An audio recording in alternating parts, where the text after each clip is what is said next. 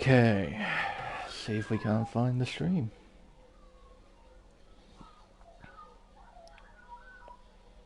Twitch. That one. That one. That one. That one.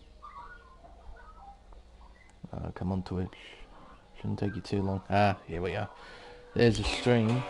There's a Oh, God, that's an ad. That's a very loud ad. Ugh. Give me a minute. I just want to make sure the audio is working. Okay. Pretty sure it will be. I haven't had a problem with the audio in a while, but it doesn't hurt to check.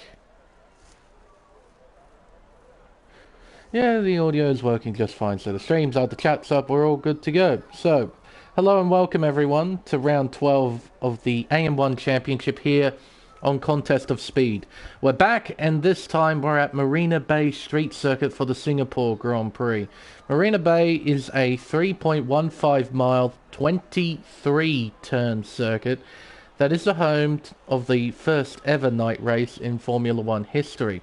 It's a tough track, as most street circuits are, excuse me, with several areas of the circuit having absolutely no margin for error.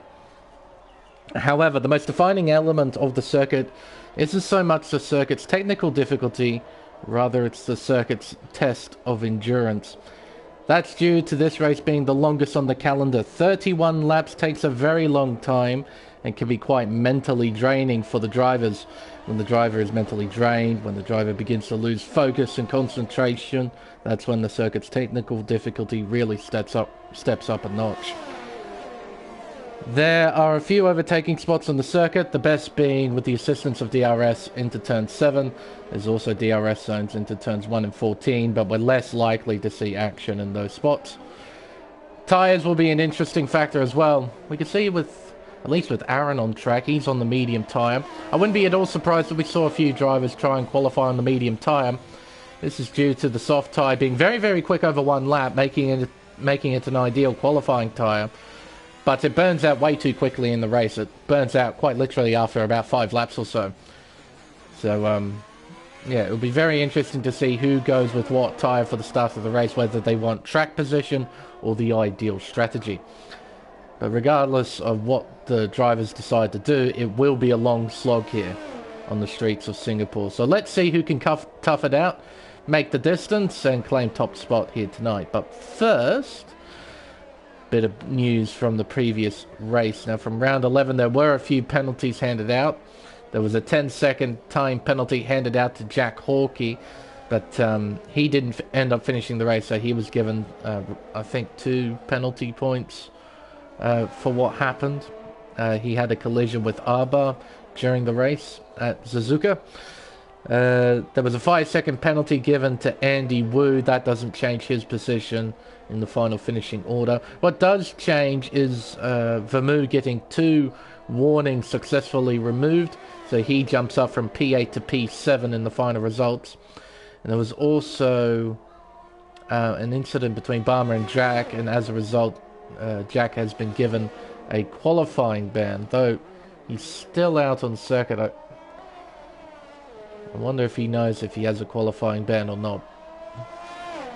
He might just confirm his setup, go back into the pits, and then retire the car. I'm not 100% sure. We'll find out in a few moments, I suppose. Looking in the Drivers' Championship, Passassin leading the way on 202 points, followed by Barmer 22 on 171. Andy Wu is third on 93, so yeah, it's really looking like a 2-horse race at the front of the championship. But there's a fairly tight fight for P3, with Andy, Cos Cameron and Arbar only separated by 4 points. Andy on 93, Cameron on 92, and Arbar on 89. Looking in the Constructors' Championship, it's Mercedes leading the way on 263, followed by Aston Martin on 253, so only 10 points separating the two teams. McLaren are third on 137, followed by AlphaTauri on 107 points, and Ferrari, Williams, Haas, Alfa Romeo, Alpine, and Red Bull at the bottom of the table. I'm not sure, but yeah, Jack has successfully done it times, so I don't know, he might be in a bit of strife because he does have a qualifying ban, but anyway. And also, weather. For this race, we shouldn't see any wet weather interference in both qualifying and in the race. We should only have light cloud for qualifying and a bit of light cloud for the race. So we shouldn't see any wet weather. But I think that's everything out of the way now. We can now fully focus on qualifying. Currently, Passassin at the top of the table, setting a 135.718 on the medium tyre. That's actually quite quick, considering he's on the mediums. Barmer completed a lap. He did a 36.1. That would have put him third place, but he invalidated on his lap, so it doesn't count. Peyton coming through the Singapore sling, probably the most famous part of the circuit. Then over the Anderson Bridge into this tight left-hand hairpin. There's Jack trying to get out of the way. DRS open, down towards turn 14. It's a heavy braking zone, but drivers can't really get momentum to try and pass down the inside there, so we won't see too much action through that corner. Through 15 and 16, in this final sector, it's just a cascade of 90-degree corners. You really can't pass through here. It's very much single file. Underneath that grandstand, the spectator grandstand, through turns 20 and 21, underneath the highway overpass, as Vermouth joins mid-session. Around the final two corners of the circuit, and Peyton backs off quite a bit there. Now, his time hasn't registered for whatever reason. I'm pretty sure he didn't invalidate his lap. I'm pretty sure. Anyway.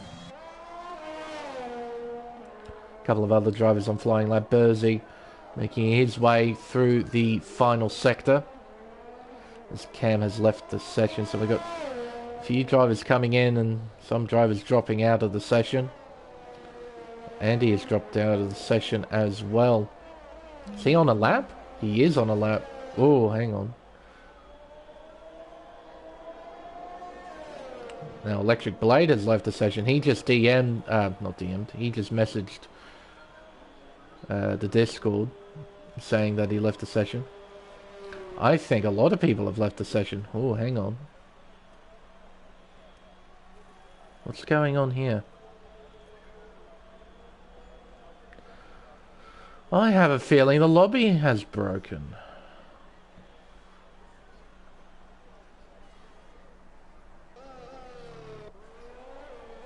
I think we might be restarting the lobby here, folks. Maybe.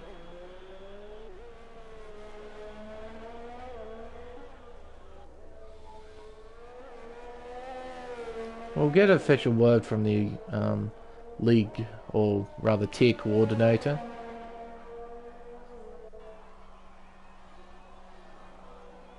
Because yeah, there's definitely something wrong. There's a whole heap of people have disconnected from the session.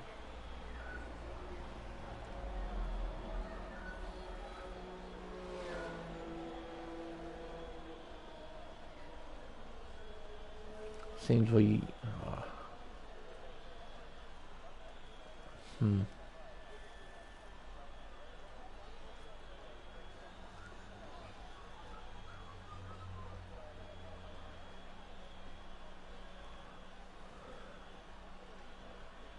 I guess we are restarting.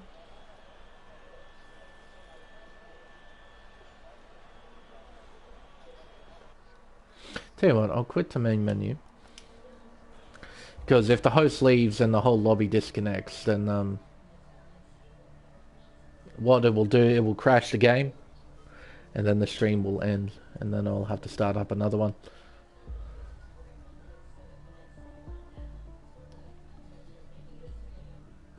There we are. So, Buzz given the official word that we are restarting. So, we'll just have to wait for a few minutes.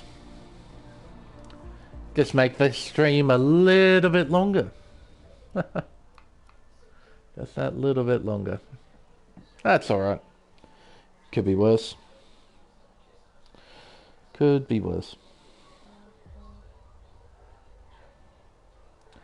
Yeah, it's quite a close fight towards the top of the table between Passassin and Barmer, only separated by 31 points.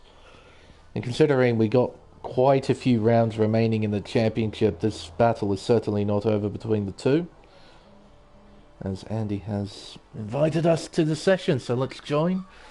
Disappeared just ever so briefly.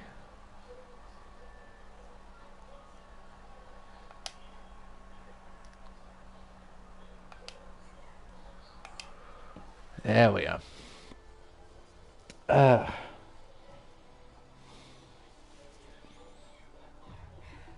Yes, as we're at round 12, quite literally at the halfway mark of the championship. We got quite the list of tracks to race at after Singapore, so a lot to look forward to.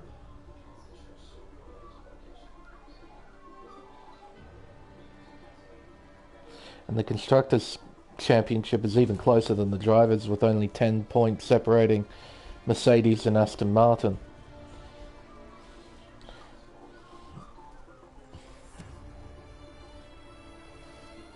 Hopefully this won't take too long. Hopefully.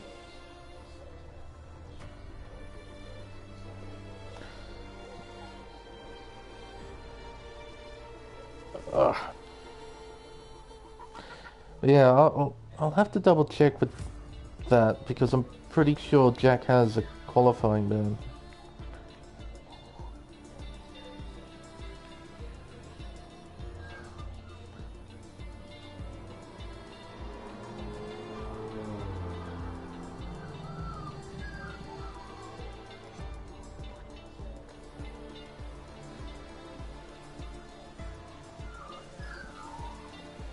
I'll just quickly message him.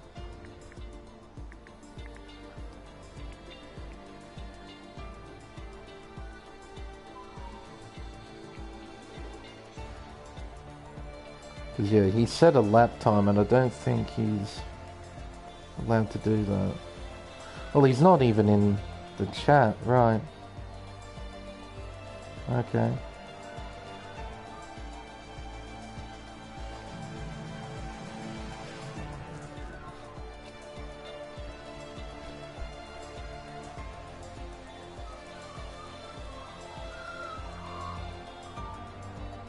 Anyway, see what I can do.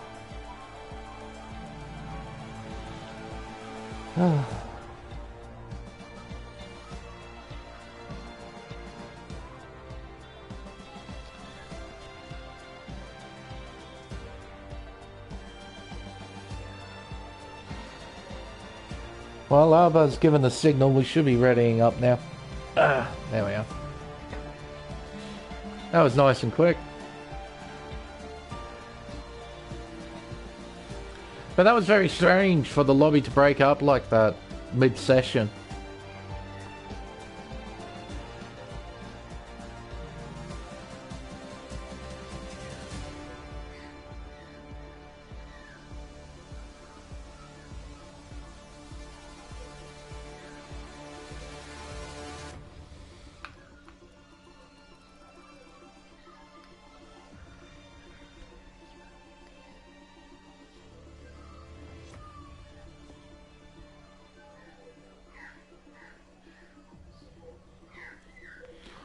I don't know, I think everybody's in. I think Cameron was joining late.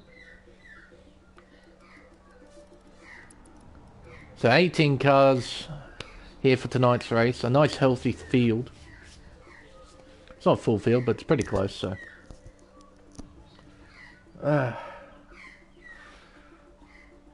Hopefully, we'll cross our fingers that the lobby won't break. Cross our fingers.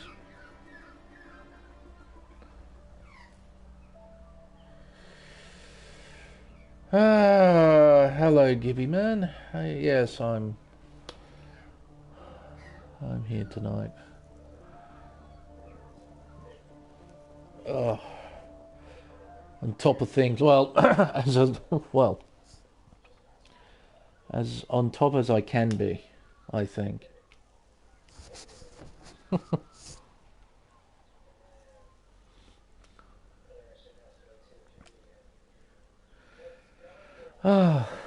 This is going to be a very long night.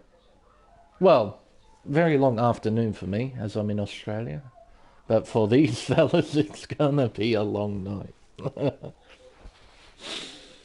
And if we have a safety car or two, well, it's gonna get a whole heap longer. We shouldn't see any wet weather interference with the custom weather settings. We only have overcast conditions. There's no wet weather forecasted. So,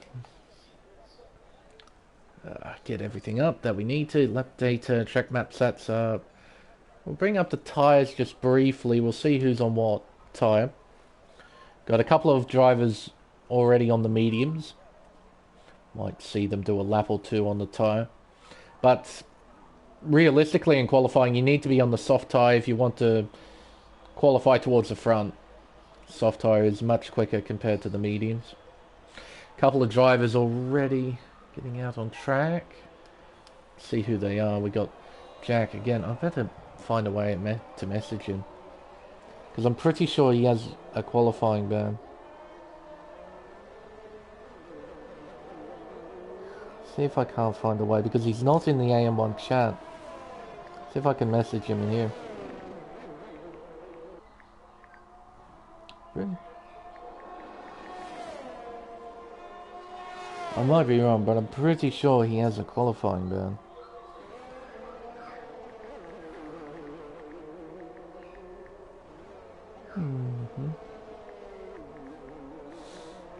Because, yeah.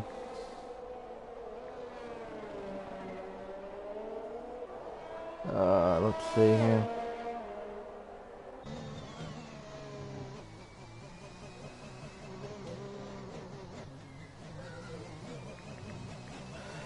Oh well, that's the only chat where I found him, is in the commentators chat, so.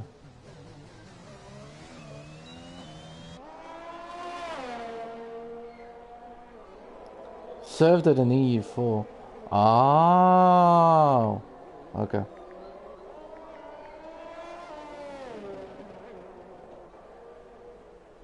Righto. Didn't realise that it would go in different championships. Righto. So apparently Jack served his in EU4, so righto. So he's allowed to qualify here in AM1. Not really sure how that makes any sense, but oh well, if he can do that, then he can do that. JD, first driver on a flying lap, making his way through the first three corners on the racetrack, around the brief left-hand kink of turn 4. I can't believe that's an official corner on the track map either. Around turn 5, then down towards the flat-out right-hander of turn 6. This completes the first sector. Into the best overtaking spot on the racetrack, turn 7. It is easily the best overtaking opportunity on the circuit. Around turn 8, then turn 9. Maximising the whole width of the racetrack and towards the Singapore sling. Chucks it in, very nice. Using all the curve on the inside at turn 10. Oh, sorry, no, that would have been turn 11. No, that is turn 10. I'm pretty sure that's... Hang on. Where's my official track map? Turn 11. I miscounted. This is turn 14, I know this. It's not a bad overtaking spot, but you really need to get great traction out of the hairpin of turn 13. If you don't, you really can't get the run into turn 14 to try and make any moves. Underneath the grandstand.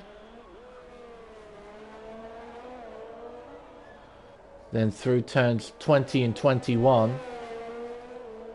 Sector 3, just an Aston Martin going slowly, getting out of the way. Exiting the final corner onto the pit straight. That's the benchmark, a 137.108. Barmer making his way around turn 9. Now, I'm pretty sure there was a bit of lag. I don't think he was properly sideways there. Aaron setting a 37.152.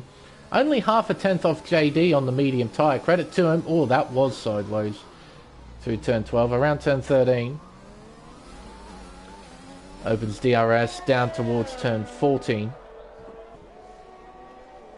Gets on the brakes. Third gear. Chucks it in. Second gear to get the rotation. Then back up through the gears towards turn 15, then 16. Through this cascade of 90-degree corners in the third sector. Oh, he clipped the inside wall there, just turned in too early for the corner. Through turns 20 and 21. Well, he came out of turn 21, but came out completely sideways. He spun it into the barrier. Hello, Andy. Cameron setting the fastest time now with a 35.5. Just gone on the throttle a little bit too much. Spun into the barrier. He's fortunate that he's still in qualifying. KD has invalidated.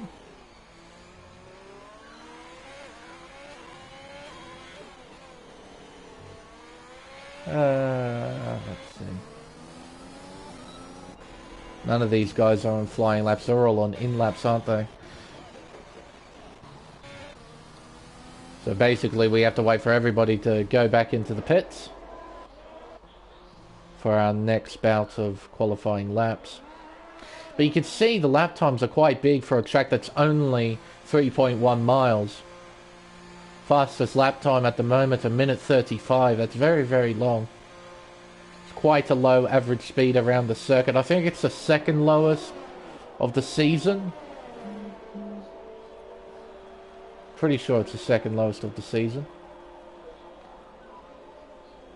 In front of only Monaco.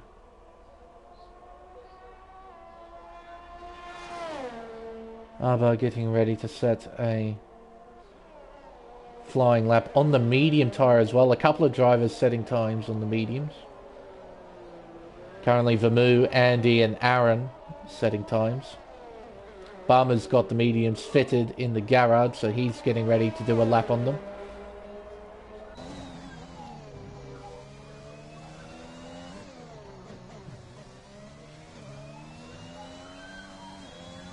Couple of yellow flags on the racetrack. This driver's going slowly?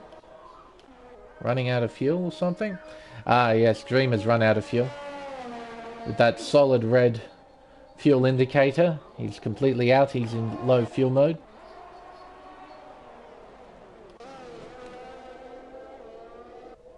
This man should be very interesting to watch. Passassa. Especially around a technically demanding circuit like this one. Of getting ready. Has to be very careful through this section. Very easy to put it into a wall. Nice and gentle, exiting turn 21. Full throttle towards turn 22.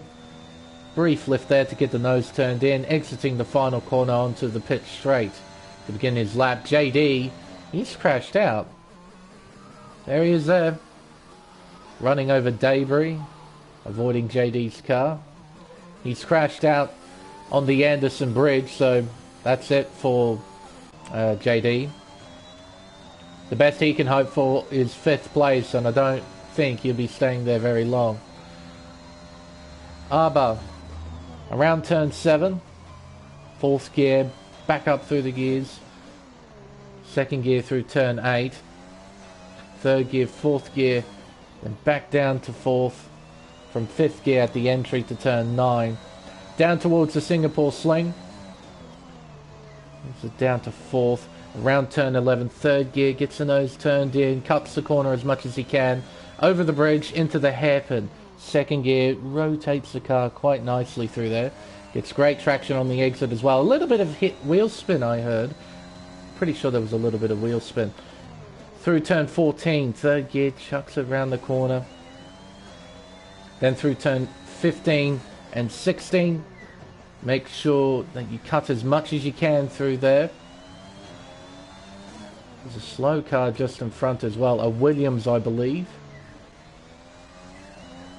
Through turns 20 and 21. Around the final 2 corners on the circuit, turns 22 and 23. Oh, he ran wide right at the end of the lap. He set a 36.2. That would have put him 2nd fastest. And in the end, that lap will not count. KD exiting turn 9 down towards the Singapore sling. Entering at 270 kilometers an hour. Actually, he's not pushing. He's not pushing at all. Assassin. Looks like he's pushing. Underneath the grandstand. Around turn 19. Cutting as much as you can through this section. Very neat, very tidy from Assassin. Final 2 corners, really chucks it round here. And look at that, a 135.197. My goodness, he is 3/10 clear of Cameron in P2. Granted, Cameron did this... No, he did it on the soft tyre. He just has the mediums fitted right now. Getting ready to set a flying lap. Wing it, making his way around turn 7 towards turn 8. Currently 18th on the leaderboard as he hasn't set a time. Right up towards the wall at the exit of turn 9. Round the Singapore sling. This used to be quite the anomaly on the original layout of Singapore. Had this incredibly tight and somewhat ridiculous looking chicane that had really tall curbs at each of the apexes.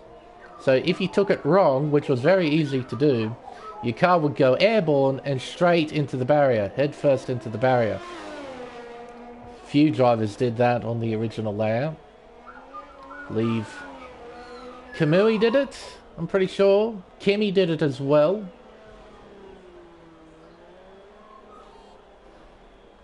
A pink moon. A pink moon in Sector 3. That's an interesting observation. I don't know, let's see if we can find anyone in the 3rd sector. Andy making his way through. Currently 8/10 up, so he's up by quite a healthy margin. Looking up into the sky, can't see anything pinkish just yet. There's those pink and white globes near the spectator stands. Got those pink lights as well that changed colour. That might have been what you saw, are these globes that are hanging around the circuit. Potentially.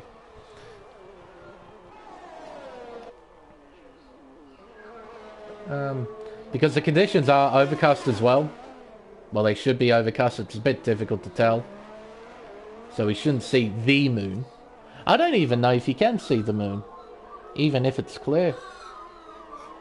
I don't think I've ever seen it before here at Singapore. In all my time commentating and racing here, I don't think I've actually seen the moon.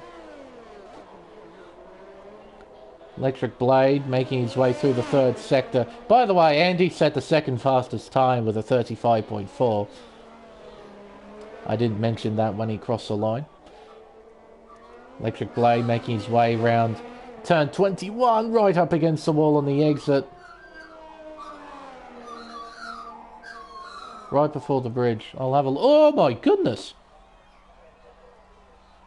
Electric Blade losing control at the final turn. Heading straight into the barrier that separates the racetrack and the pit lane. Trying to get out of the way of faster cars as well. Deary me. He'll be quite thankful that he's still in the race. Alright, let's have a look here. So, Arba coming up towards the bridge. Over the bridge. Let's keep an eye out.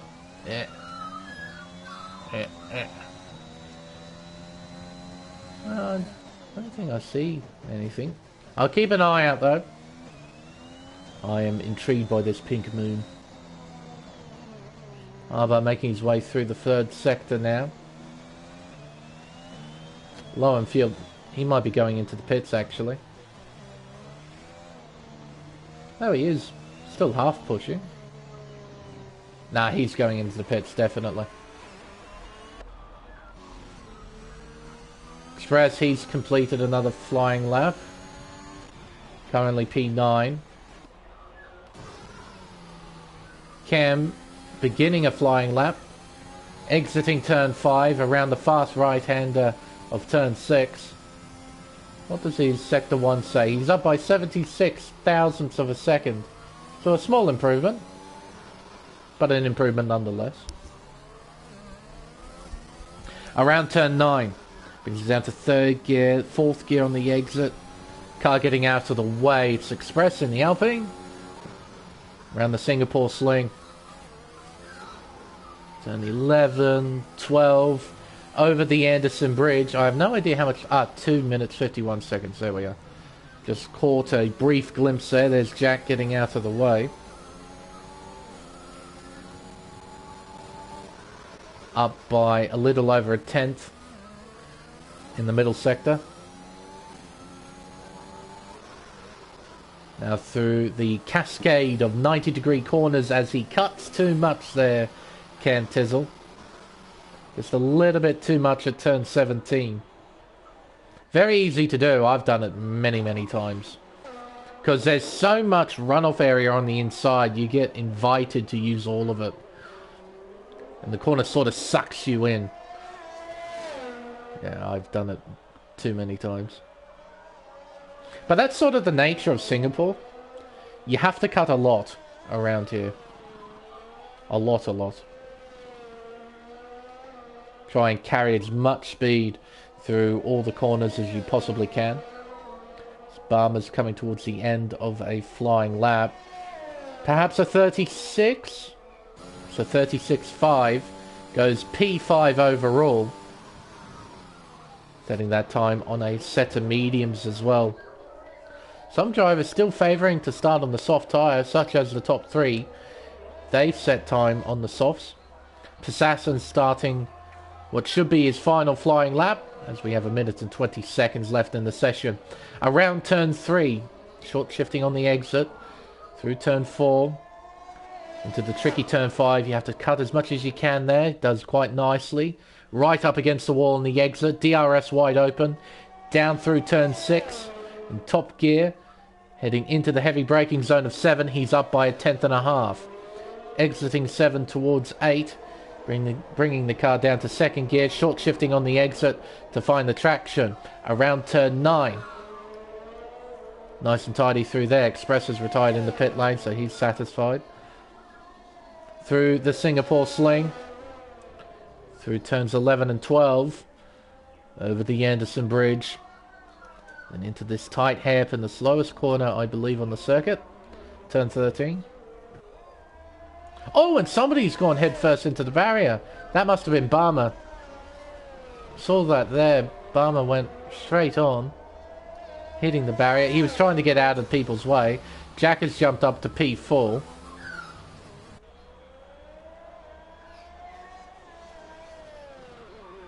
Underneath the grandstand. Around turns 20 and 21. 2 corners remain. Around turns 22 and 23 to complete this flying lap. Passassin will do a 134.727. Oh my goodness. That is a quick lap. Cameron making his way over the Anderson Bridge. Andy making his way through the 3rd sector. He's up by a tenth and a half. A Haas getting out of the way there. Must be Aaron because Electric Blade has retired from the session. Exiting turns 21. 2 corners remain for Andy. Gets it round in one piece. Crosses a line. It's a 35.2. Improves by just under 2 tenths. Can Cameron snatch that away from him? Through turns 20 and 21. Underneath the highway overpass. Yellow flags in the 3rd sector. You needn't worry about them. Exits the final corner. Crosses the line. It's P2 for Cameron. Setting a 135.218. Beating Andy Wu by 0.08 of a second.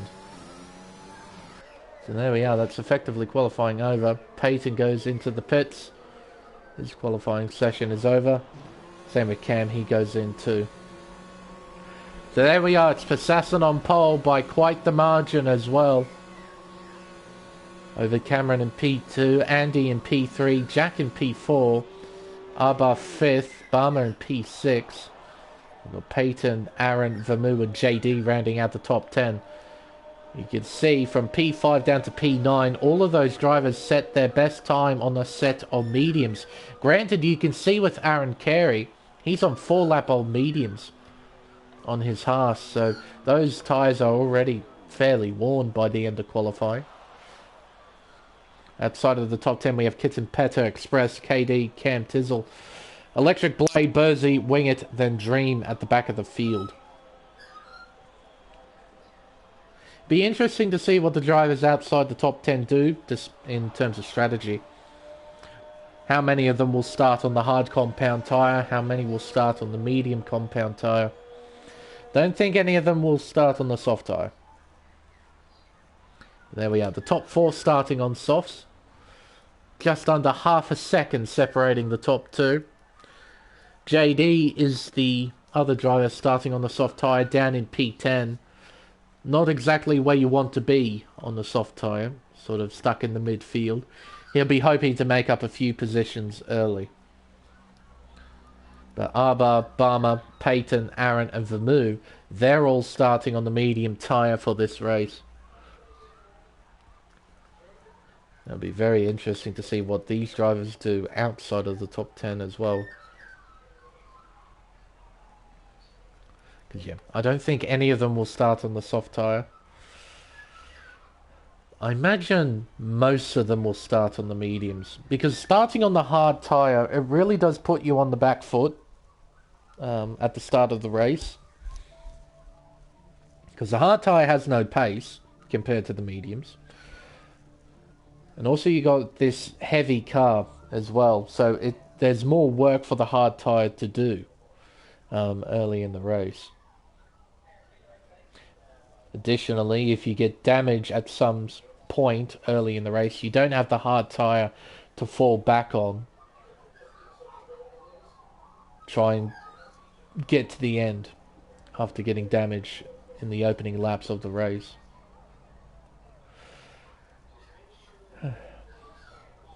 The counting down, drivers will be fine-tuning their setups, deciding how much fuel they want in the car.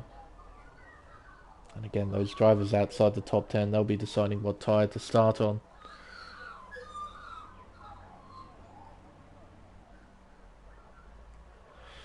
Let's see who's made what call for this Singapore Grand Prix. Drivers set off on their formation lap. We'll bring up the detail. Get rid of the interval for now. I am quite surprised. There's quite a few drivers on the hard tyres. Okay then. Alright, so top 4 on the soft tyre. Following 5 cars on the mediums. JD sort of stuck in the middle on the soft tyre in P10. First driver outside the top 10, Kitten Petter, starting on the hard tyre. Express and P12 starting on the mediums. KD, Cam Tizzle and Electric Blade, they are in 13th, 14th and 15th. They're starting on the hard tyre. Bursey in P16 starting on the mediums. Wing It in P17 starting on the mediums. And Dream at the back of the field in 18th place starting on the medium tyre as well. So we've got 4 drivers on the hards. I'm quite surprised by that. Because it is risky. If you get damaged, you back yourself into a corner and you're at a pace disadvantage right at the start of the race. And at the start of the race, it's the best time to try and make up positions because the field is nice and condensed. So it'll be interesting to see what these hard runners do. And of course, how their races will be affected by virtual safety cars and by proper safety cars. Be very, very interesting. Because for these drivers on the hard tyre, they really need basically a safety car free race. Or at the very least, have a safety car sort of towards the end of the race. Yeah, it'll be very interesting. For the medium runners, they'll be doing a medium hard race. Hard runners probably do hard medium. These soft drivers, though, I'm not sure. I don't know if they can do a soft hard. I'm pretty certain they can't do a soft medium. One stop. If they want to do something like that, it will have to be a two-stop, like a soft, medium, soft, soft, soft, medium race. But the pit lane here at Singapore is quite long, as it's taken at only 60 kilometers an hour, which I think in Queen's English is 37 miles an hour. I could be wrong. Not great at converting kilometers per hour to miles an hour. All 18 cars are lined up, ready to race here at Singapore. We have 5 red lights and it's lights out and away we go. That was quick. My goodness. Cam hasn't had a great start at the back of the field in the Williams. Completely opposite story for Passassin, leading the way through turns 1, 2 and 3. Jack fighting Andy for P3 as Andy had to cut the track. Cam has spun out at turn 1, bringing out yellow flags there. Into turn 5 we go. Fairly tight stuff towards the front of the field.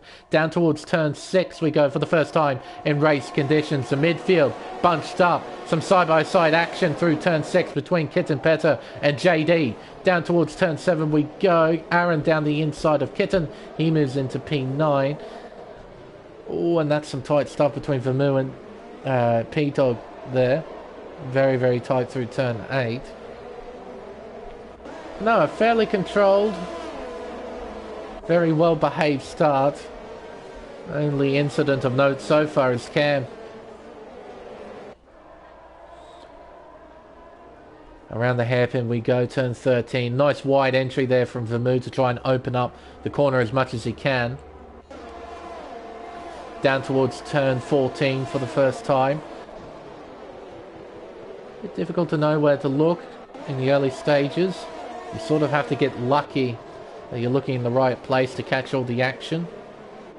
It's really good to see that everybody's behaving themselves.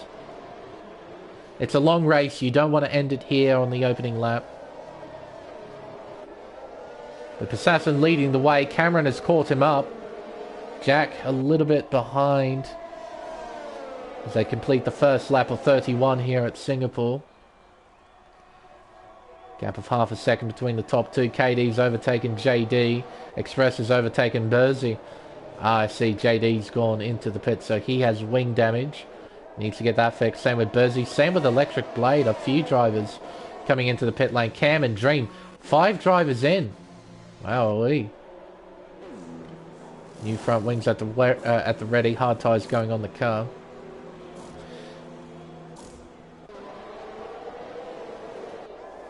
Not quite 2 silver arrows leading the way, Braxy. Got a British Racing Green Aston Martin in front, which is effectively a Mercedes-Benz. Effectively. Then we got the Mercedes-Benz in P2. I don't know why the camera does that. You shift the camera to look at another car, but it doesn't actually change camera. You keep looking at the car you were previously looking at. Just a little glitch I've noticed in this game with the spectator cam. I have no idea why it does it. Because yeah, I wanted to look back at Cameron, but it kept the camera on Passassin for whatever reason. Jack now a second behind Cameron, just steadily losing ground. Andy a second behind as well. We've got yellow flags, it's Dream, he's out of the race. Can't capture it. Virtual safety car. A few drivers back. Pit stops. And JD's got wing damage, actually. Oh, it's evolved into an actual safety car. Oh, hello. We've got a proper safety car now. As Andy goes into the pits. Yeah, a few drivers a long way back from the start, and this is a strategic stop from Andy. He did this deliberately. He didn't have damage. He's taking advantage of this safety car coming out. But yeah, basically the bottom 5 drivers, including Dream, they got damage on the first lap, which is why they're so far behind. But JD, he's got wing damage as well on his car. So he'll need to come in and get that fixed again. Fortunately, he's still in the race, and with the safety car out, he can at least catch up to the tail end of the field. Try and make up a few positions. Probably pit onto the hard tyre. Yeah, hard tyres at the ready. On they go. New front wing. And Cam's coming into the pits as well. So he'll be getting a front wing change. Set of medium tyres going on the car. New front wing. And away he leaves.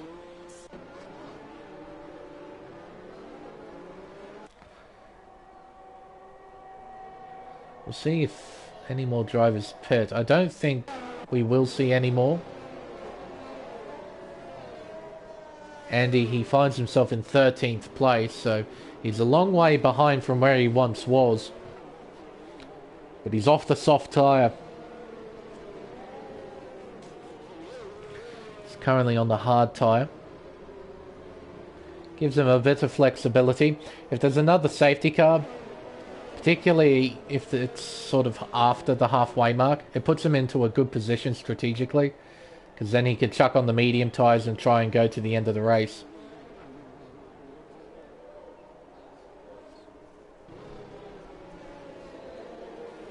I don't think they will last towards the end. I agree. Because laps here are very long. Oh, I'm incorrect. We do see a few drivers pit in. Look at this.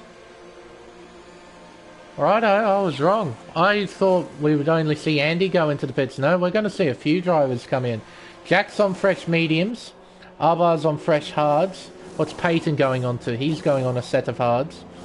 So quite a few drivers taking advantage of the safety car here. I thought it would only be Andy because of how much track position he lost. But no, a few drivers have come in. Quite a few.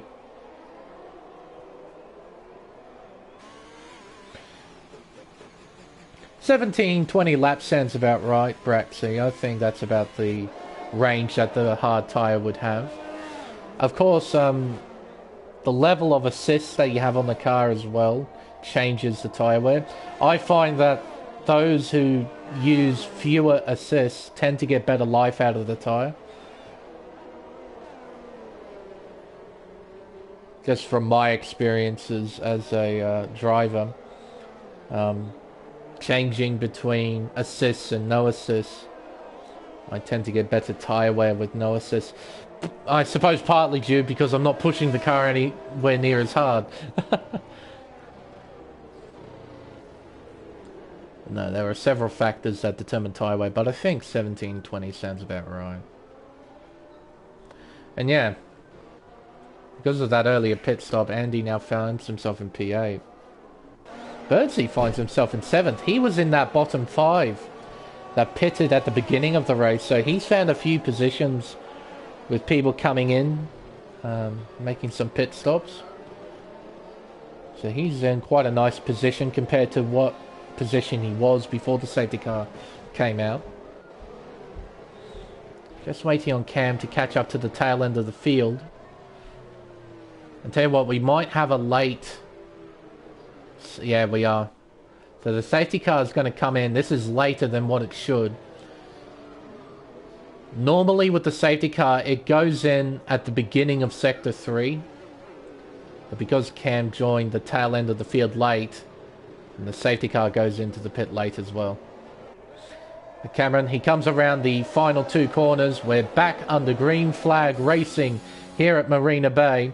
It's 0.6 of a second separating the top 2, so fairly nice restart from Passassin. He's built up a small margin already. KD finds himself in 5th place as well, him staying out of the pit. Same with Kitten Petter, he's made a few positions too on the hard tyre. Oh, and spinning into the barrier, that is Jack Corky. He's out of the race. Losing control at turn 5. You can see his stricken Red Bull there. So it's race over for Jack. Both Red Bulls are out. So no points for the team at Milton Keynes. They scored nothing. And rather typically, if there's a crash at the beginning, or rather on the first lap of a safety car restart, we don't get another safety car. I've noticed that over the course of this game. That on safety car restarts, if there's a crash, then we don't get another safety car restart. Another safety car, rather.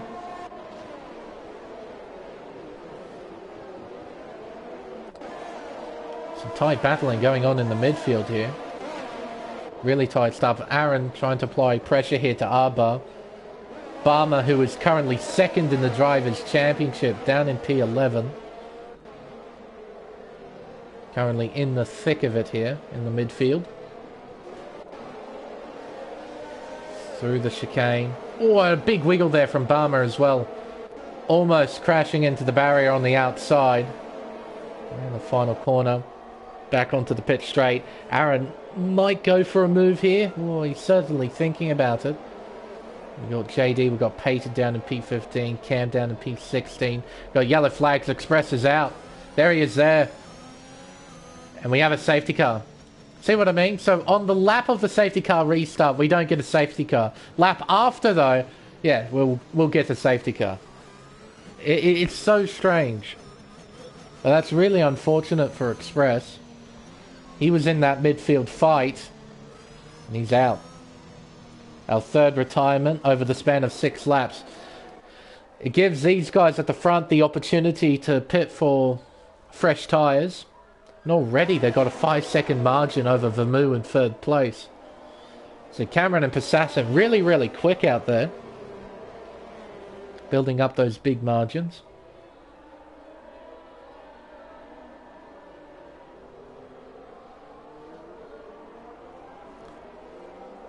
Yeah. So yeah, these soft runners, they'll pit in. Probably, well, I don't know what tyre they would go on to. A set of mediums or a set of hards. Don't know. Oh well, I guess we'll find out.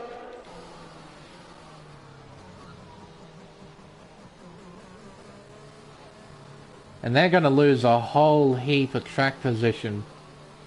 They're going to fall to last.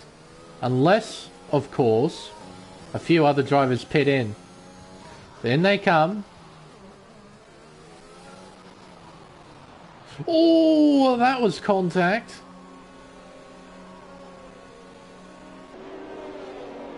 Medium tyres for Cameron. Assassin. Medium tyres as well.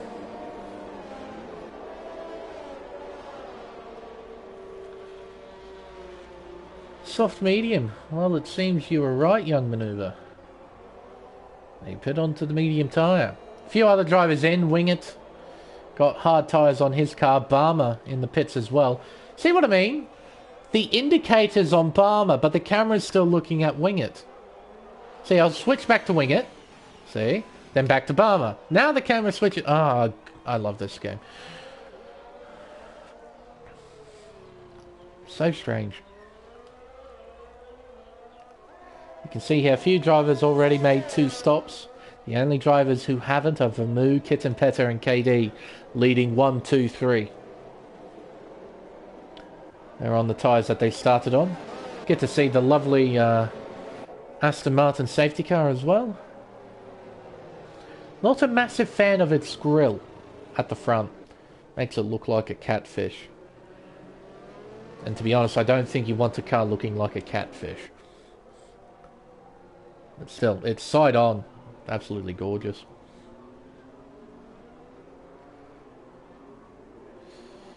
Right, could probably bring back up the tyre graphic. So Vermeulen on 6-lap-old mediums, Kitten Petter and KD, they're on 6-lap-old hards. Andy now finds himself in 4th place. He's in a really nice position.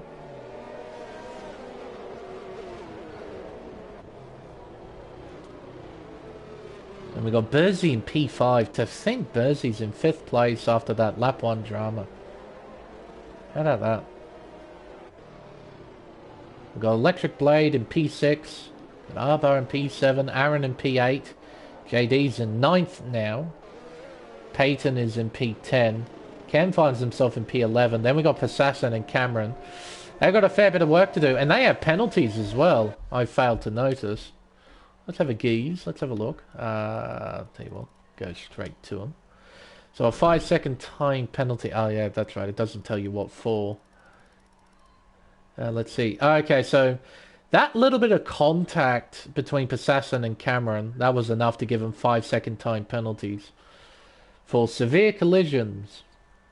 Because this game is great. You can see there Cameron really revving the car out, trying to dump as much fuel as he can.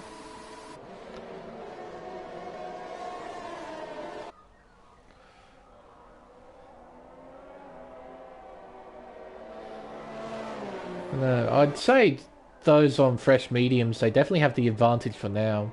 It's just dependent on how long those mediums last.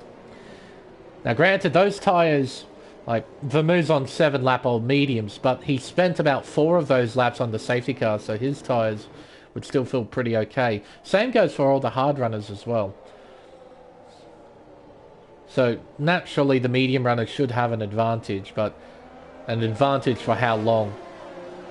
Not only that, but also how difficult it is to pass around here. Even though the medium runners do have an advantage, they will have a tough time passing. So there's plenty of factors currently playing out in this race at the moment.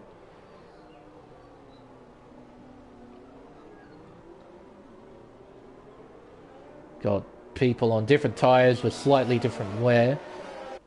Track position definitely playing a factor. And I will assume that we'll see some penalties in the near future as well.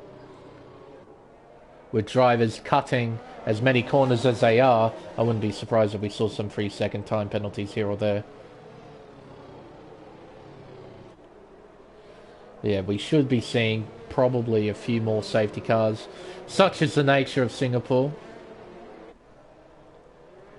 Which will shake up the race that little bit more. But who knows, we might have green flag running from here to the end of the race on lap 31. But you can see Vermeux's staying right on the back of the safety car. He's not backing off at all. He wants to get going. Sets off. And we're back on the green flag racing, I guess. Quite a anticlimactic restart here. Oh, a bit of drama going on back here. Spinning in the background. That's Peyton in the Alfa Romeo. Losing control. But already, Passassin up a few positions. He's up into 9th place. He was down in 12th, I'm pretty sure, on the restart. He's up into 9th. Down towards turn 6 we go. Wing it, he's got Barmer right on the back of him, who looks... but doesn't commit to a move down the inside. Cameron in 13th place. He's a long way behind Cam, so he's had a shocking restart.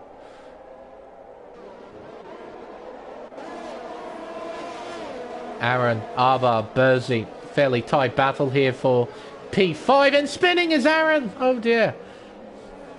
Well, you have to be careful to not drive too far backwards, otherwise you'll get disqualified.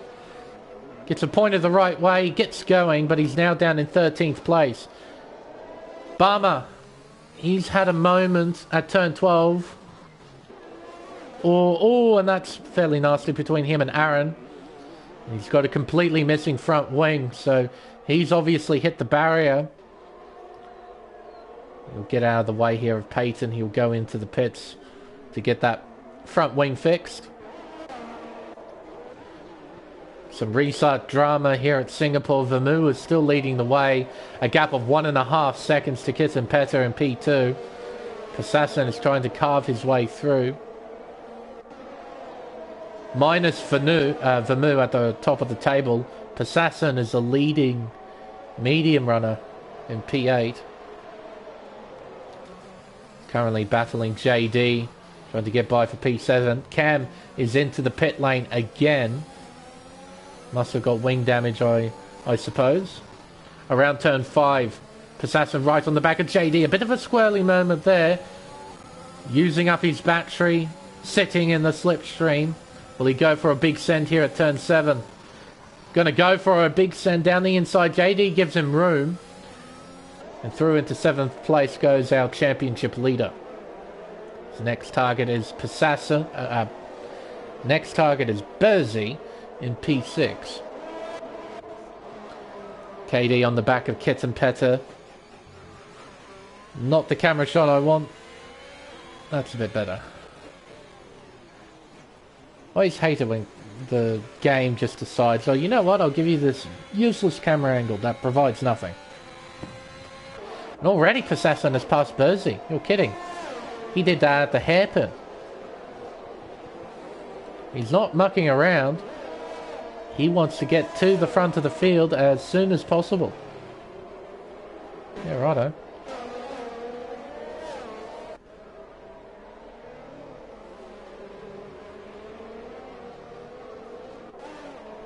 Through turns 20 and 21.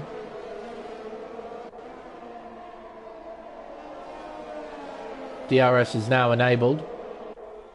Can use it within 1 second of the car ahead in a DRS zone, as the legendary Jeff would say.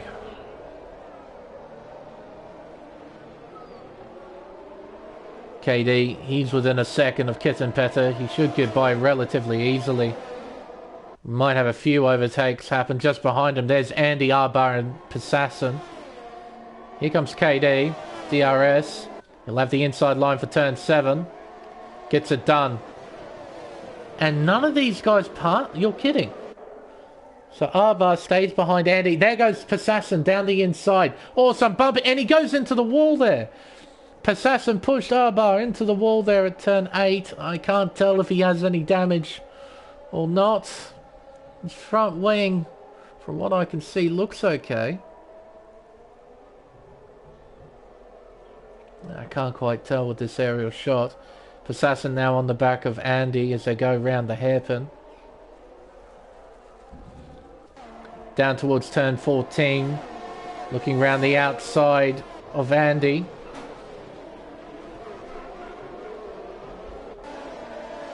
Going around the outside of turn 15, which gives him the inside line for 16. Doesn't fight it though. Doesn't quite go for the position. Whoa. Very close, but you can't pass through here. There's no real opportunity to try and pass through this section. You have to wait for the pit straight. Assassin will have DRS, but so will Andy. Oh, but Andy gets a shocking run. Assassin down the inside, overtakes the McLaren. Into 4th place goes Passassin. And I think Arbar's front wing looks okay. You can tell from his performance that he hasn't lost any pace, so Arbar's still very much in this. Down the inside at turn 7 for Passassin. He's moved himself into 3rd place. As Cam sets the fastest lap of 139.733 down in 14th place, showing the raw pace of the soft tyre. Oh, and someone's off the circuit. Swing it. Gets it going again. Doesn't appear to have any damage.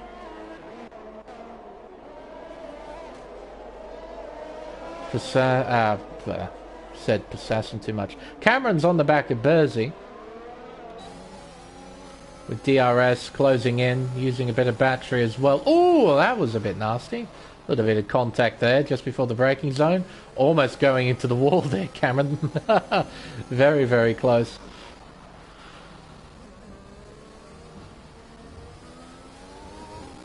See here. Arba still on the back of Andy. Oh, and Kittenpetter spins! Oh dear. He has to be very careful he doesn't drive too far backwards. That's a pretty tidy flick spin there, actually. Very nicely done. And he goes into the pits as Arba overtakes Kittenpetter's teammate for P4.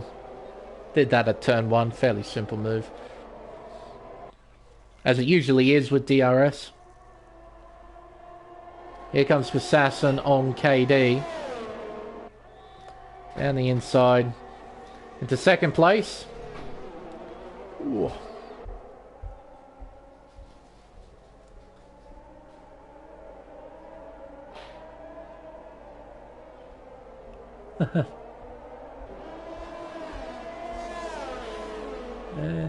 Back on the podium now for Sasson. From P12 to P2. Really shows you how much better the medium tyres are when they're nice and fresh.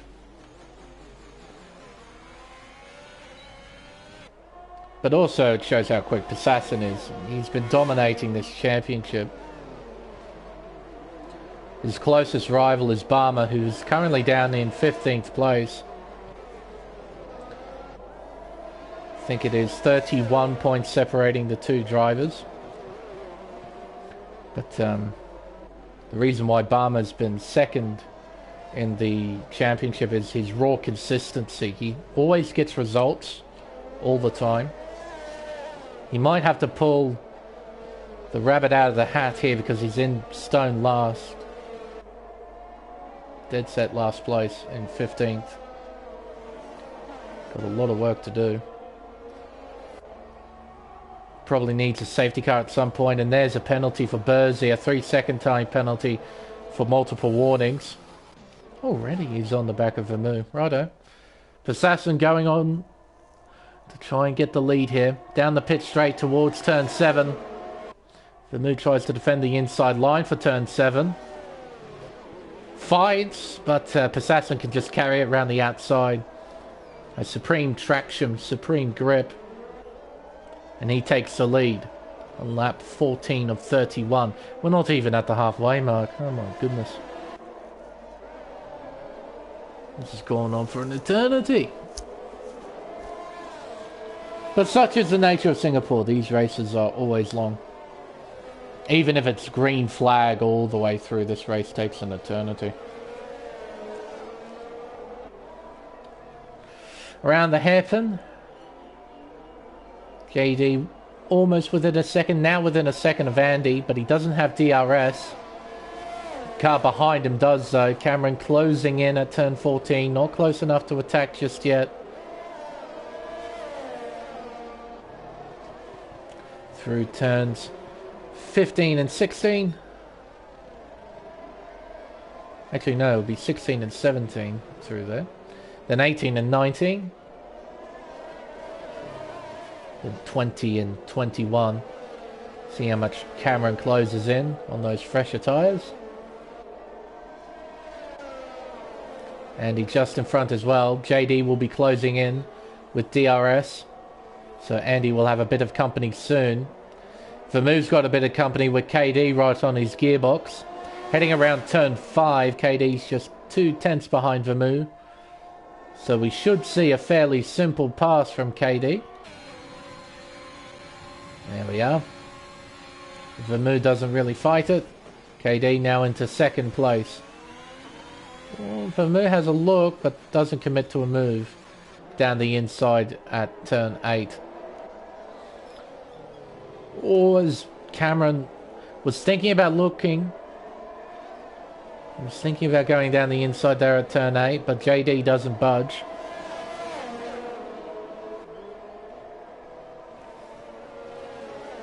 Through the Singapore sling around turns 10 and 11.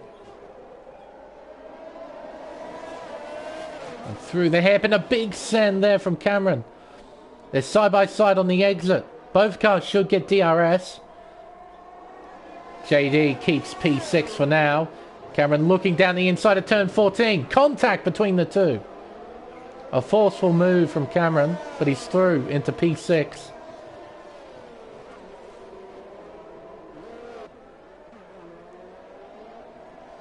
Gaps are starting to spread out a little bit now. Arba, are you closing in? He is closing in a little bit on Vermeer. Those medium tyres feeling a bit worse for wear. Sasson out in front, setting fastest laps and getting himself a 3-second time penalty as well for multiple warnings. Here comes Aaron on JD. Down the inside of turn 1, a simple move. Into P7 goes to Haas.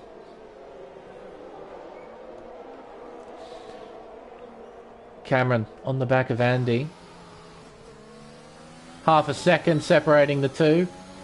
Cameron will close in with the slipstream. Got DRS, has overtake switched on, looks to the inside, keeps it there as well. Andy gives him room, runs off the racetrack a little bit there as well. Round turn 8, Andy goes deep. Cameron gets the switch back but doesn't quite get the drive. They're side by side around turn 9. Andy keeps P5 for now. A great melee between these two. No contact. Enough room, end of it. Andy keeps P5. Cameron will have DRS. Uses overtake. Andy will defend, but doesn't matter. Cameron will still force himself down the inside. Goes quite deep. Oh, I don't know if he hit the barrier there. He went very deep. Andy will have the inside line for turn 16. If he fights it, he doesn't. Well, rather, no, he doesn't fight it. Just from that camera angle, it looked like he did actually go for it down the inside, but no. Just stayed in behind Cameron. Now the Mercedes driver is into 5th place, which should allow him to put the hammer down, try and close the gap towards the top 4. Through turns 1, 2 and 3. And he's still within a second, so he won't be too vulnerable to Aaron, who's on those medium compound tyres. Aaron Lizo. Down towards turn 7. Not close enough for the Haas driver to try and pass. Not enough just yet.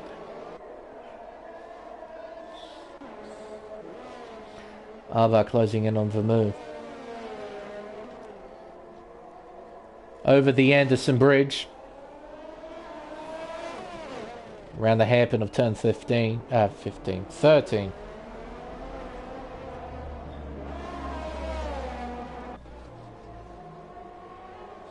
Not close enough to try and make a pass into 14. But he's right behind the Ferrari's gearbox. Should be able to make the move stick at turn 1.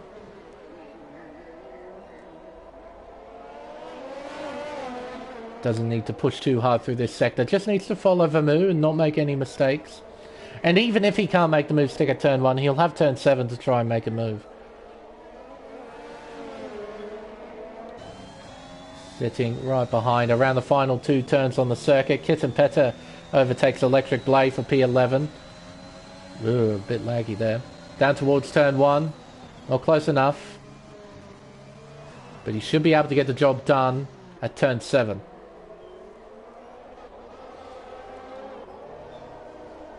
Now, Andy's going to be in a bit of trouble here. He'll have Aaron potentially going for a move at turn 7. Ava, will he go for the move? Vermeulen defends. Ava around the outside. They're side by side exiting the corner. And Ava is now into 3rd place. Down the inside of turn 8. Oh, dearie me, Andy a long way off the circuit. But the McLaren fights back at turn 8. They're side by side on the exit. Aaron has the inside line for 9. And he gets it done. He's into P6. Ooh. But Andy following the Haas. Trying to keep the pressure up. Maybe try and take the place back as well. Into the hairpin. He'll have DRS. He won't be able to overtake. Peyton Bursey battling for position. Peyton into P9. I think he went around the outside of the hairpin there. Overtaking Bursey. If he did, that would be quite the move. That definitely wouldn't be easy to do. But the gaps are now really starting to spread out. Drivers are now starting to get into their groove. Probably won't see too many mistakes from the drivers. I say probably because it always works with the commentator's curse. You say something and then it kind of just happens. I hope it doesn't though. Like, we've gotten this far into the race, you don't want to be retiring out now. You want to get to the checkered flag.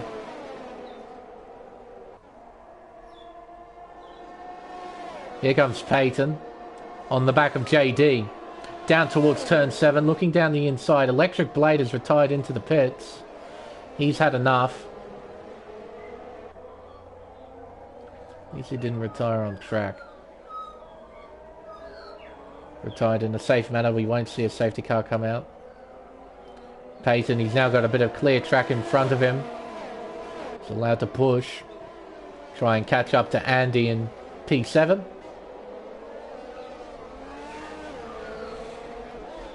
Bursey, he's on the back of JD as well. Coming around the hairpin. Nice and tidy round there. Bit scrappy at the exit.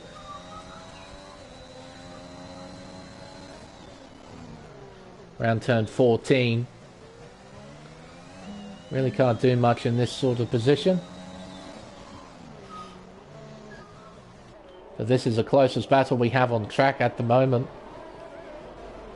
Though it might change with Peyton closing in onto the back of Andy. Might have a battle here. Towards the final 2 corners of the racetrack, turns 22 and 23. The gap is under 4 tenths, make that 3 tenths of a second. Down the pit straight we go towards turn 1. Peyton doesn't go for the move just yet. And Bursey, he's only 2.5, 3 tenths behind JD now, so we might have a change in position for P9. Keep our eyes on this though. Ooh. That was very close to the wall there for Andy. And here comes Peyton down the inside of turn 6. And he's got the job done. What about Bursey? No, he's not close enough to attack JD at turn 7. The Alpine driver hanging on to 9th place for now.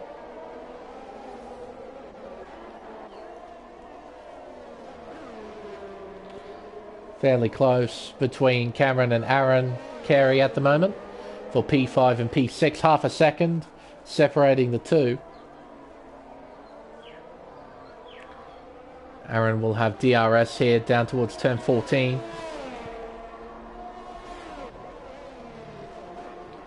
Try and shadow the Mercedes-Benz as best he can. Barmer, a 3-second time penalty. He's down in 12th. Really does need to score points to keep his championship fight alive with Passassin.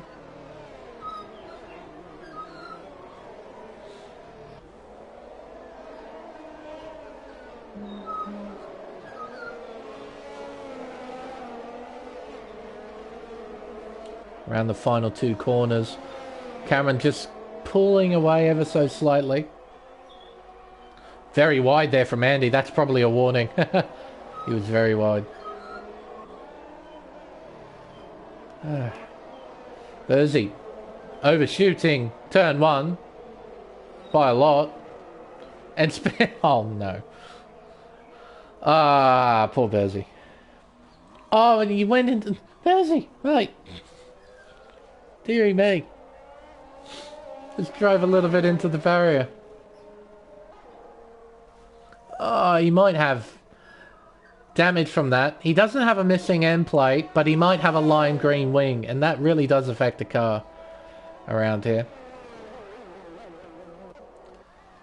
Still got a few drivers left to pit.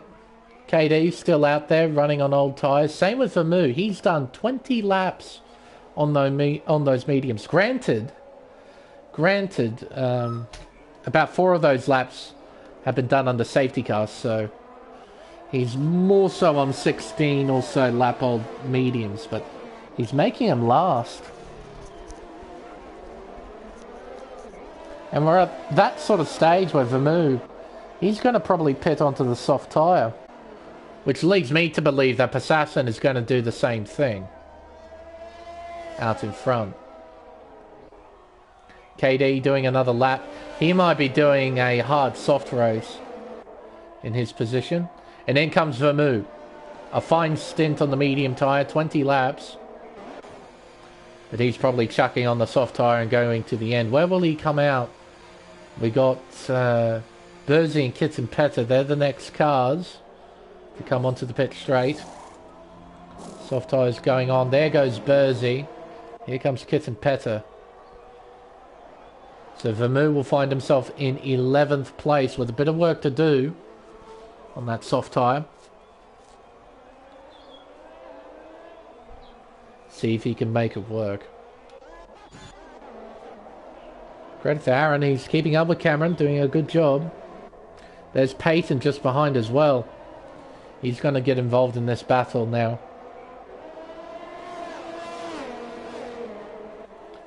Through the Singapore sling.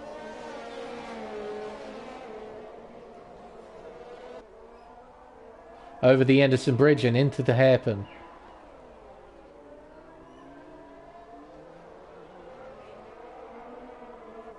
No one quite in a position to attack, but Peyton looks very quick. Looks very comfortable on those hard tyres. You can tell as well, Aaron's running low on battery. The flashing lights at the back of the car, that's what it means. He's low on battery. Underneath the overpass. Oh, overpass, the grandstand. And KD's into the pits. He's done 21 laps on those hard tyres. He's probably pitting onto a set of... Oh no, it's a set of mediums. Okay. Fair enough. Aaron gets a 5-second time penalty for speeding into the pits. Here he comes. Soft tyres at the ready. Yeah, it's soft tyres at the ready. On they go, and away he leaves.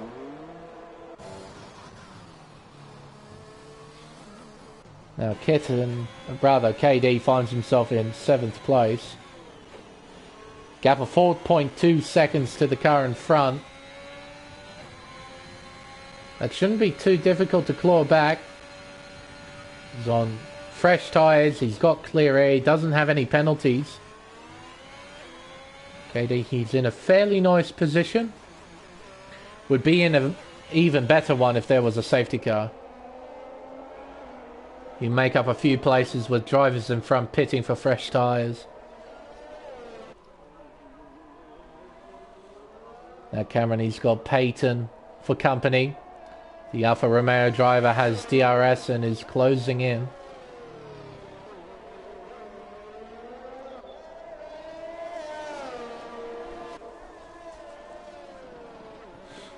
Through the final sector, Peyton's actually lost time. Gap has increased to 1.2 seconds. Needs to get within 1 second. Try and close that gap to Cameron. Try and pass for position.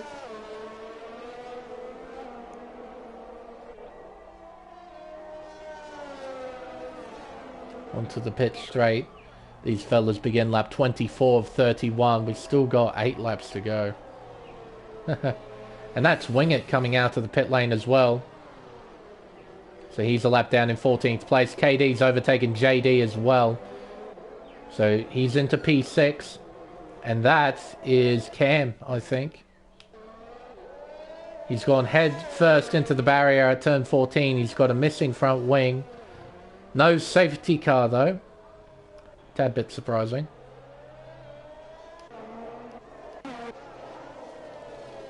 Peyton right on the back of Cameron now. Now, hopefully Wingett will hold his ground and not impede these two battling for position. Vermeulen has overtaken Kitten Petter for P9. Cam's got a 5-second penalty for speeding. Oh dear. But he's still soldiering on, credit to him.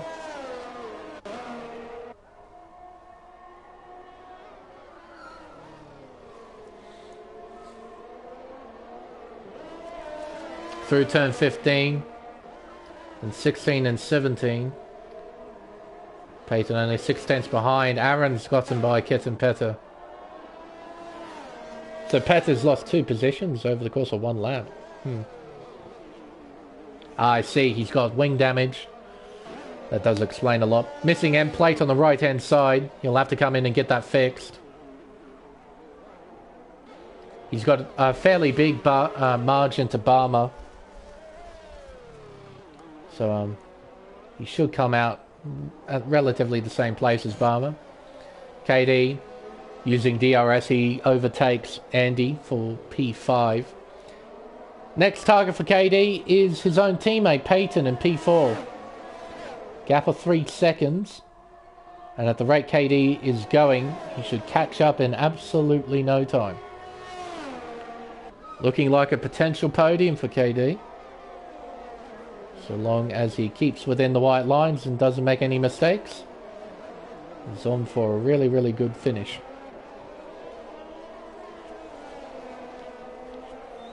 For some reason, Burzy has jumped down all the way to the bottom of the order. Why has that happened? Have we got a timing glitch for Burzy? Because he's in front of Aaron. Ah, there we go. He's left the session. That's why we have the timing glitch. Because yeah, he's battling with Aaron right now. Well, not exactly battling now, are they? But you get the point. So Burzy's actually in P9, I'm pretty sure.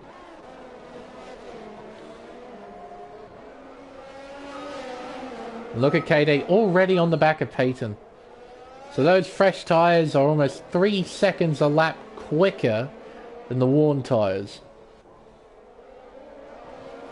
Superb pace.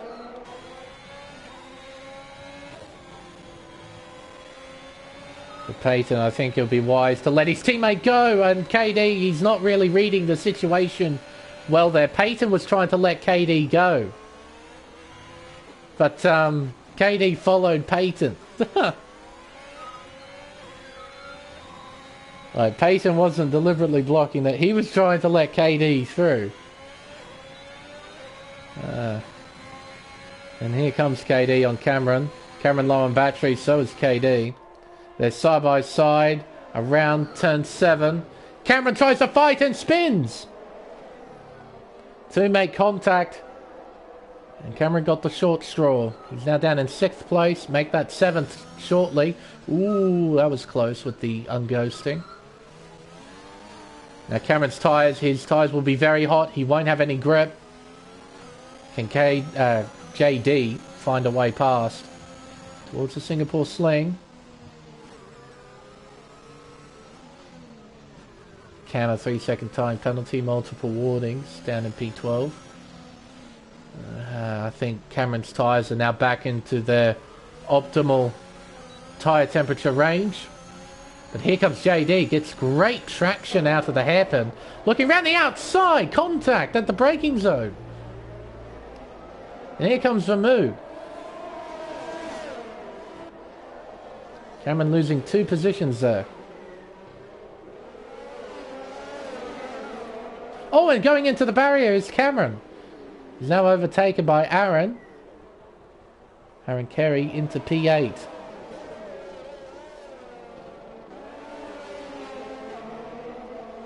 Got a fairly tight battle here for P6. We've got JD, we've got Vermouth, we've got Aaron Carey. JD, he's on really old tyres. Vermouth and Aaron are on fresh softs. Down the inside, Aaron. Oh, as Vermouth goes straight on. JD gets a 3-second time penalty, multiple warnings. Now, Vermouth gets the switchback. Though I don't really think he should take the position. He gained an advantage by going straight on at turn 2. It might be questioned by the stewards. We'll see post-race. Vermouth looking down the inside of JD. The big send from the Ferrari driver. Overcooks it. JD gets a switchback. Aaron looking down the inside. It's almost 3 wide at turn 8. Vermouth, JD side by side on the exit. Around turn 9 we go. JD, a bit of contact there, and here comes Aaron. He's got the drive. He's got overtake switched on. He's side by side with Vermouth, entering the Singapore sling.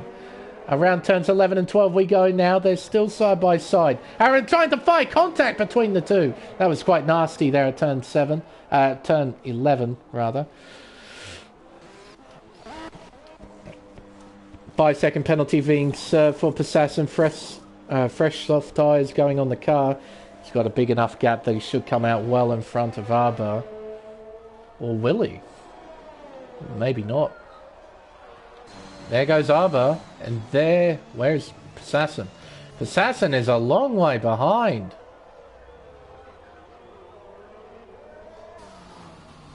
.4 seconds. with 4 laps to go. Cameron has retired. He's gone head first into the wall at the hairpin. You can see his dot stationary on the circuit.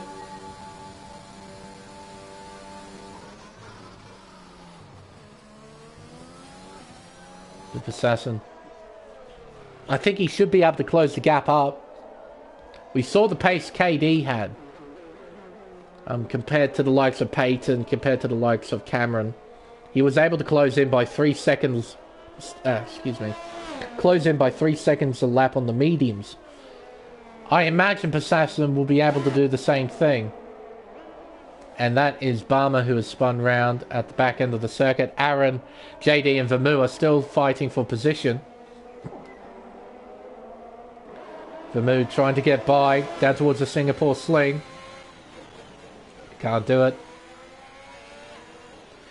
Around turns 11, then 12, then into turn 13. Vermu desperately trying to get by. Can't do it. Now Assassin, he also has that 3-second time penalty, so he needs to pass and build up a margin of 3 seconds. Look at that. He's already 7/10 behind Arba with 3 laps to go. And that is Andy? It is. And here comes Aaron. He's now right on the back of the McLaren. Assassin looking for the move. Round the outside at turn 5. Can't get it done there. He'll get DRS. He'll use up his overtake. Pass the AlphaTauri for the lead. Now needs to build up a margin of 3 seconds. Aaron, a 3-second time penalty, multiple warnings. Vermu, a 3-second time penalty, multiple warnings. Actually, better bring these up. See the penalties that everybody's got. There's not much Arba can do, I think.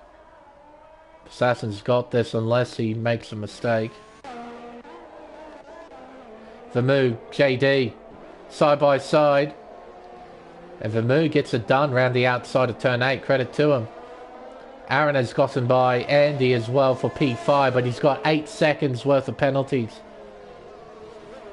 So that will push him back a little bit.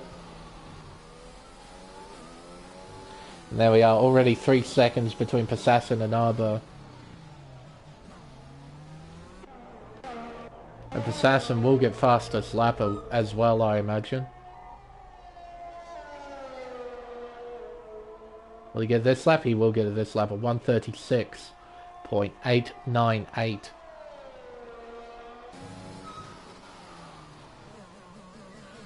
Bit of traffic in front. Barmer getting out of the way. Good job there from Barmer.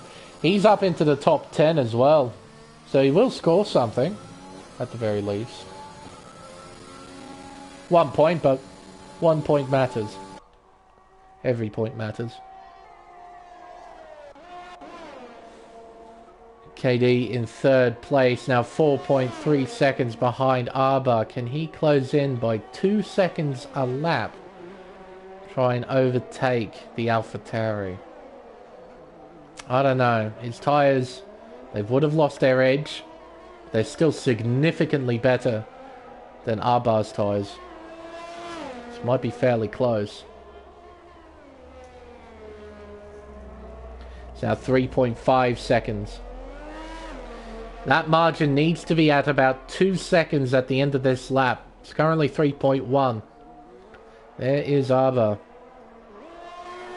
But not only does KD have to catch up, he needs to pass Arba as well.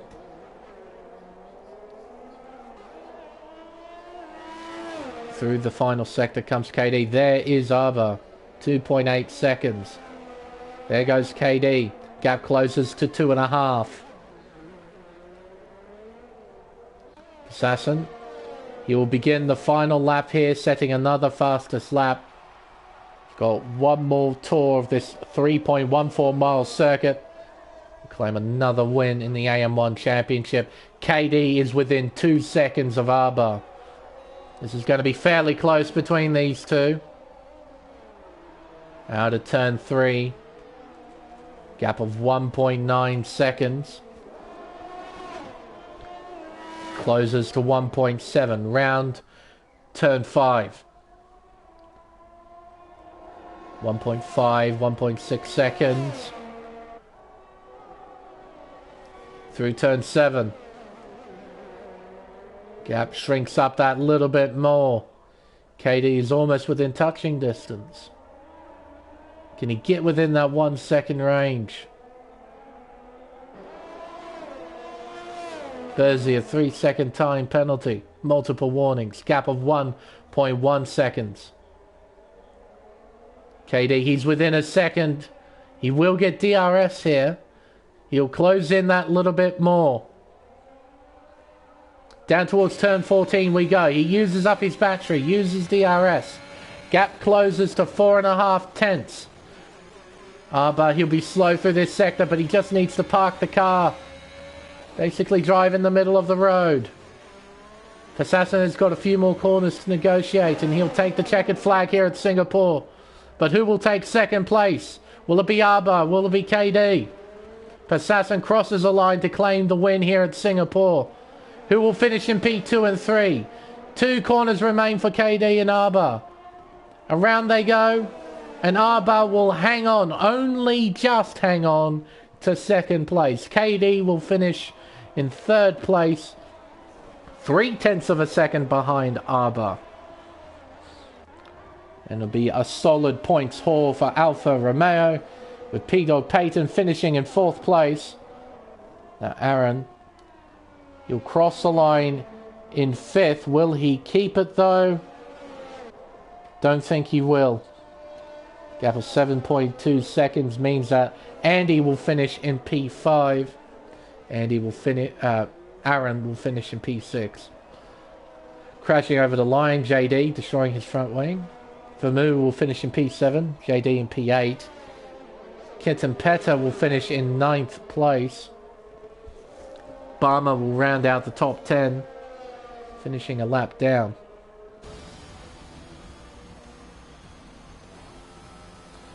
There we are. We didn't see a single safety car after that second safety car period. KD, given driver of the day. See his performance in the final results screen. But first, the podium celebrations. Another win for Assassin, extending his championship lead by quite a bit as well.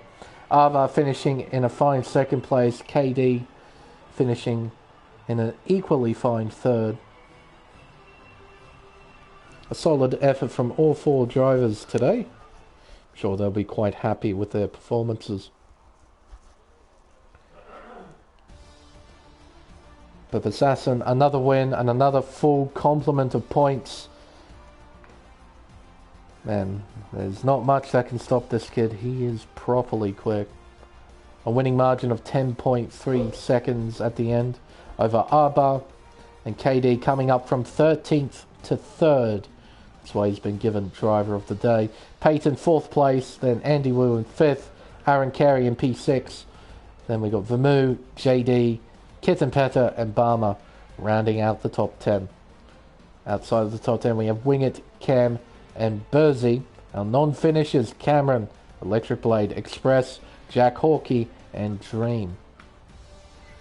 So 5 retirements over the course of this one. 13 drivers finishing.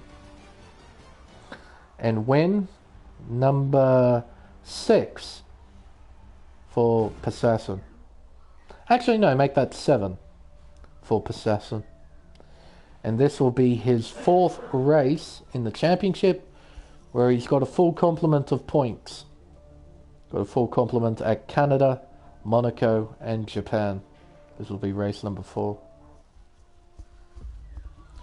So he'll score 26 points. Barmer will score 1. That's a 25-point swing in Assassin's favour. That'll increase his margin to 56 points. Pretty big margin at the halfway mark of the championship. But there's still a lot to play for. Still a lot of rounds to come. A lot of things can happen from now to the end of the season. But as of right now, in terms of the present, no one can beat this guy. He is quite on top of his game right now. He's a very tough cookie to beat. And I think everybody, with everything finally over, we can wrap up the stream. An incredibly long one tonight. Very enduring for the drivers and for me as well, my goodness. Never been a massive fan of races at Singapore. Just take forever. But I'm glad it's all over. I think the drivers are glad it's over too. And we can look forward to some more entertaining races throughout the week. Throughout the rest of the championship, I should say. But tune in next week. The AM1 championship will start up again. But until then, I've been Lane Everingham. Thank you all so much for watching. And we'll see you for round 13 at the Hungaro Ring for the Hungarian Grand Prix. Hopefully that will be a nice, entertaining race. Hope to see you all there. Until then, it's goodbye.